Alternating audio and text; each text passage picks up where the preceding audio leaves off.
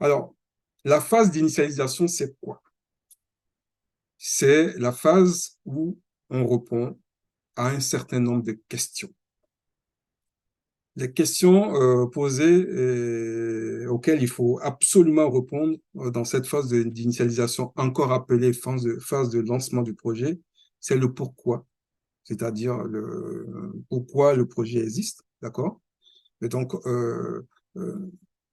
qui sont les parties prenantes avec qui je dois discuter. Voilà, donc il est important de savoir pourquoi le projet existe.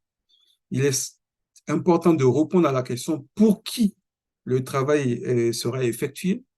Donc, qui est le sponsor de ce projet, qui sont les acteurs principaux susceptibles d'être impactés par le produit ou le service que je suis en train de vouloir de mettre en place.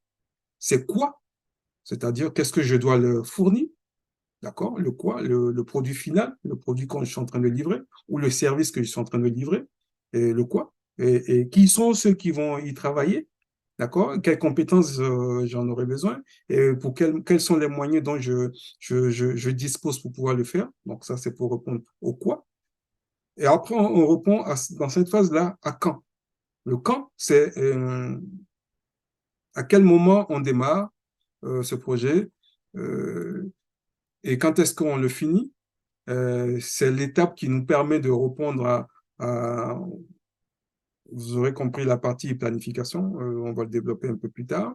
Et quand est-ce que les parties prenantes vont-elles les examiner? Quels sont les livrables vraiment? À quelle date je dois les fournir? Et pendant cette phase aussi, on répond à la question où. Où est-ce que, où est-ce que ces livrables sont-ils utilisés? Voilà.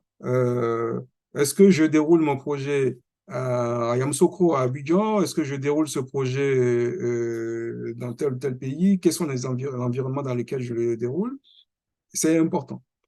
Et on essaye déjà, à ce stade, de répondre à une autre question qui est le comment. Voilà. Le comment allons-nous atteindre le but, l'objectif attendu. Voilà. Mais vous allez voir, dans le, le processus qui suit, qui parle de planification, on développe plus le comment. Alors, les livrables, ou j'ai envie de dire plutôt les principaux documents qui sont issus de cet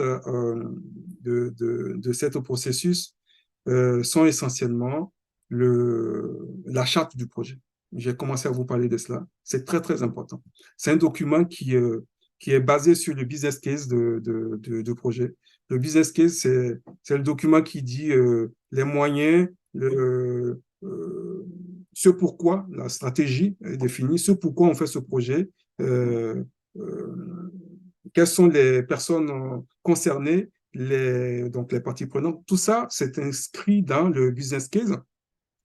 Et c'est là qu'on développe effectivement toutes les réponses aux questions que vous vous êtes posées plus haut, le pourquoi, le pour qui, le quoi, le quand, le où et le comment. Toutes les réponses que vous allez recueillir là, vous allez les formaliser officiellement dans un document qu'on appelle la charte du projet. C'est un peu une sorte de la Bible du projet. C'est sur ça qu'à chaque fois on s'appuie pour voir si on n'est pas en train de sortir du cadre ou est-ce qu'on est toujours bien dedans. Et puis, il y a un autre document qui sort de là aussi, à la phase d'initialisation, qu'on appelle le registre des parties prenantes. Alors, le registre des parties prenantes, j'en ai parlé très rapidement aussi au début, c'est là où on inscrit toutes les personnes qui sont influentes, qui vont être impactées par le projet ou qui vont pouvoir influencer notre projet.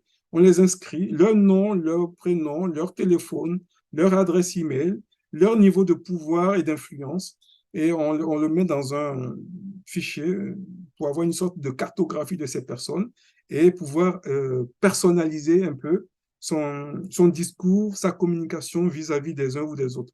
Quand vous avez une personne qui est très influente et euh,